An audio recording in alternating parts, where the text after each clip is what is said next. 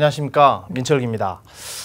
이제 다음 주면 이제 6월 1일이 드디어 이제 들어옵니다. 다주택자들 그리고 주택이 좀 많으신 두주택 이상 되시는 분들이 상당히 이제 겁내하고 그렇게 많은 제도들이 바뀔 수 있는 6월 1일이 드디어 이제 돌아오게 됩니다.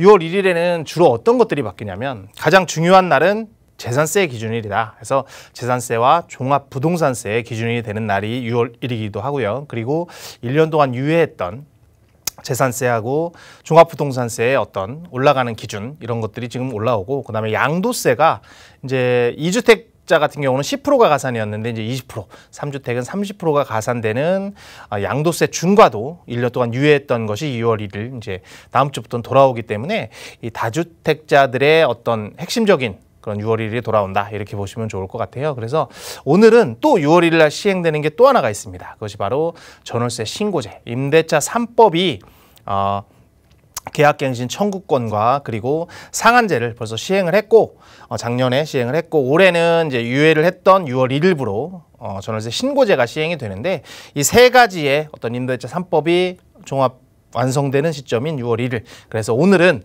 전월세 신고제가 도대체 뭐고, 그리고 어떤 효과와 문제점이 있으며, 그리고 가장 많이 물어보시는 것들이 어떤 것들인지에 대해서 시간상 많은 내용을 소개해드리기는 어렵고 간략하게 내용을 좀 살펴보도록 하는 시간을 갖도록 하겠습니다. 전월세 신고제는 말씀드린 대로 바로 임대차 3법입니다. 임대차 3법이라 하면 임대차, 그러니까 임대인과 임차인과의 어떤 거래관계, 즉 전세계약이라고도 하고 월세계약이라고도 하는데, 그런 계약을 했을 때 과연 임차인을 보호하기 위한 세 가지 법이다, 이렇게 이해를 하시면 좋을 것 같습니다. 근데 사실 결과론적으로 봤을 때는 정말 임대인을 위한 거냐 아니 임차인을 위한 거냐라고 봤을 때는 좀 의문점이 있지만, 그래도 법의 취지는 임차인을 보호하기 위한 세 가지 법이다. 첫 번째는 전월세 상한제, 5% 이상, 2년에 5% 이상 올리지 못하게 하는 전월세 상한제가 있었고요. 두 번째는 계약갱신 청구권이 있었습니다. 계약갱신 청구권은 계약을 할 때 2년 동안 또 주인이 살거나 또는 정말 중대한 하자가 있거나 하지 않는 한 한 번 더 연장을 해서 4년까지 살 수 있게 하는 그런 계약갱신 청구권이 지금 시행돼서 지금 임대차 2법은 지금 실행이 되고 있고요. 이번에는 6월 1일, 바로 다음 주죠. 이제 전월세 신고제라는 그런 임대차 3법의 마지막 퍼즐이 맞추어집니다. 개념은 전세와 월세 계약을 할 때, 즉 전세 계약이라는 것은 보증금을 한 번에 납입을 하고 월 상한료 없이 살아가는 그런 전세 계약을 말하고요. 월세, 이 모든 거래에 대해서, 즉 전세 금액이 좀 작고 또 월세 금액이 작은 거에 대해서는 약간 예외를 했습니다. 그것이 바로 6천만 원과 30만 원인데, 요 대부분의 거래를 넘어간다면 30일 안에 거래 신고를 하게 되어 있습니다. 예전에는 사실은 거래 신고라는 자체가 의무기간이 아니고 확정일자를 받는, 그 확정일자를 받기 위해서 전입신고를 하는 그때를 기준으로 해서 전산정보를 입력했다 그러면 보통 100건의 거래 중에 30에서 40건 정도밖에는 접수가 되지 않아서 집계가 제대로 안 된 부분이 있었습니다. 그렇지만 이제는 강제화, 신고제를 의무화시킴으로 인해서 30일 안에 모든 전월세 신고를 6천만 원과 30만 원이라는 그런 허들이 있지만, 이런 거를 아니라면 전부 다 신고해야 되는 그런 거다라고 보시면 되고요. 간략한 내용으로는 기간과 임대료 등 그리고 방 개수 라든지 이런 것들을 전부 적어서 신고를 하게 되어 있습니다. 그래서 임차인의 권리를 보호하는 것이 가장 큰 이슈다라고 보시면 좋고요.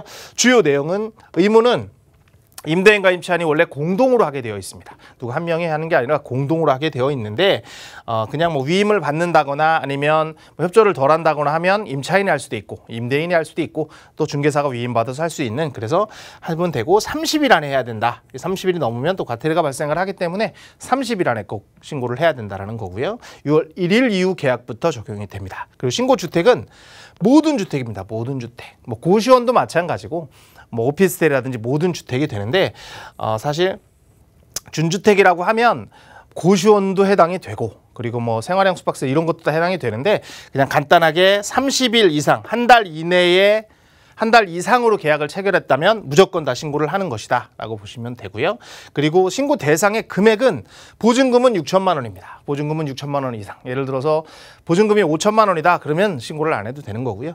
월세는 보증금하고 상관없이 월세는 따로 30만 원 초과한다면 그러면 신고를 해야 된다. 이렇게 이해를 하시면 좋습니다. 시군관청에 신고는 뭐 시군구청에다가 하게 되어 있는데 다 읍사무소나 동사무소에 다 위임을 했기 때문에 읍면동의 사무소에서도 전부 주민자치센터라고 불리는 그래서 모두가 가능하다 이렇게 하고 신고를 안 했을 때 허위로 신고하게 되면은 100만 원의 과태료가 발생을 합니다. 바로 허위로 신고하면 100만 원의 과태료가 발생을 하고 뭐 미신고를 했다거나 아니면은 뭐 축소 신고를 했다거나 이렇게 약간의 거짓 신고를 하게 되거나 하면 100만 원, 그리고 신고를 좀 미진하게 했다거나 하면 4만 원에서부터 100만 원까지 차등해서 벌금이 나온다라고 보시면 좋고, 이 제재는 또 1년간 유예를 했기 때문에 내년부터 발생을 한다, 이렇게 이해를 하시면 좋을 것 같아요.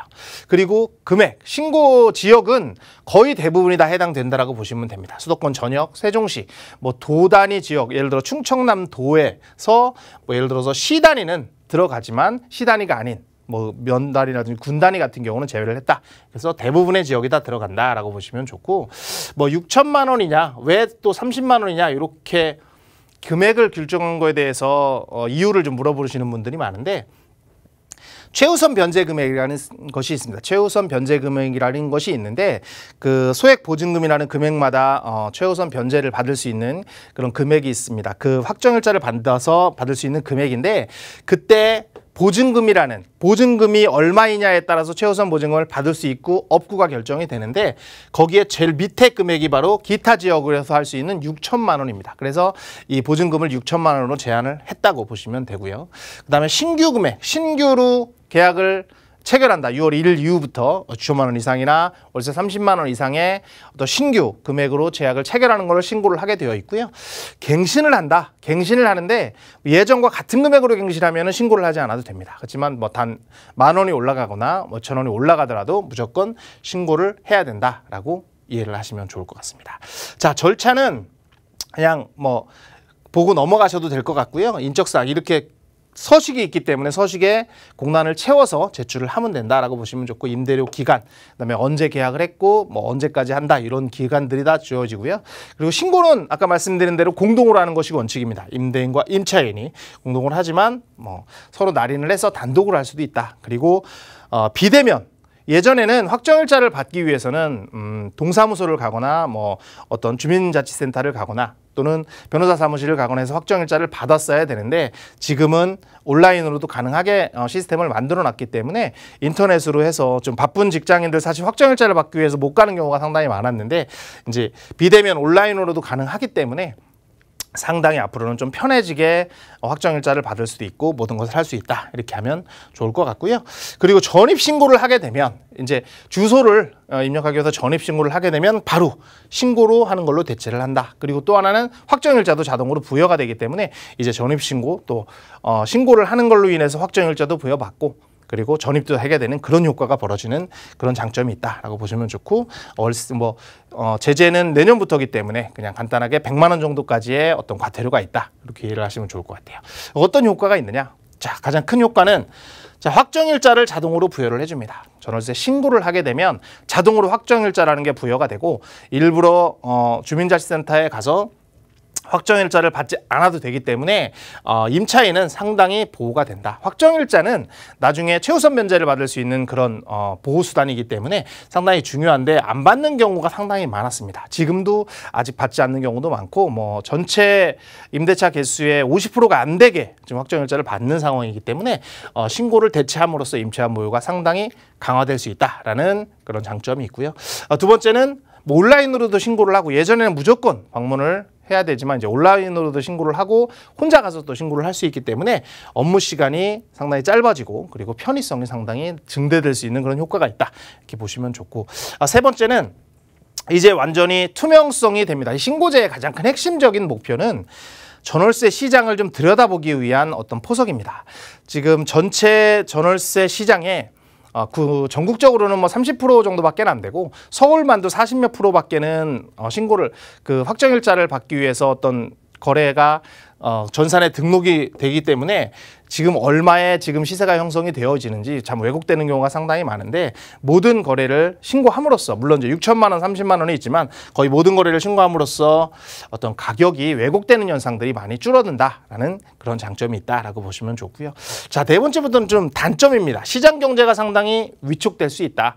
왜냐하면 재산을 공개하지 않는 사람들이 거의 60%가 됐다는 얘기인데 모든 재산이 다 공개가 돼야 되고 내가 월세를 얼마 받고 보증금을 얼마 받는 것이 다 공개가 되기 때문에 상대적으로 시장이 위축될 수 있는, 즉 공급이 더 이상 많이 나오지 않는 그런 현상이 벌어질 수 있다. 그래서 전세 시장이 위축될 수 있는 그런 상황이 벌어질 수 있고요.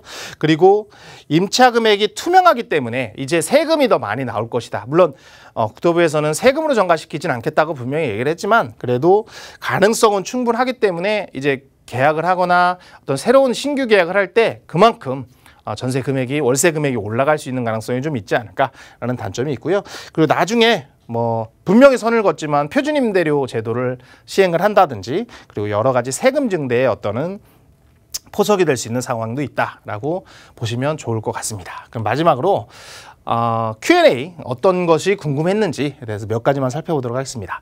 자, 대상 주택은 그냥 다 된다라고 생각하면 됩니다. 대신에 1년 이하로 계약하는 고시원인데 20일만 계약을 합시다라는 이렇게 단기 계약들 1개월 미만이 되는, 왜냐하면 30일 이내에 신고를 해야 되기 때문에 30일이 그 전에 계약이 끝난다면 굳이 신고를 하지 않아도 되기 때문에 대부분의 주택에 해당이 되지만 이 준주택 중에 고시원 같이 단기적으로 하는 것들은 좀 제외를 했다라고 보시면 좋고, 모두 위임이 가능합니다. 혼자 할 수도 있고 공동으로 할 수도 있고, 그래서 모든 온라인이든 오프라인이든 모두 위임이 가능하기 때문에 상당히 편리하다라고 보시면 좋고, 모든 계약은 아니고 6천만 원 또는 30만 원까지만 제한을 둔다 라고 보시면 좋습니다. 그리고 사실은 서류가 없어서 못 가는 경우도 있기 때문에 그냥 계약금 입금했다든지 여러 가지 서류만 있어도 된다라고 이해를 하시면 좋고, 마지막으로 사실 표준임대료나 소득 과세를 위한 제도는 아니다라고 국토부에서 발표를 했기 때문에 믿으시고 신고를 좀 하셨으면 좋겠고요.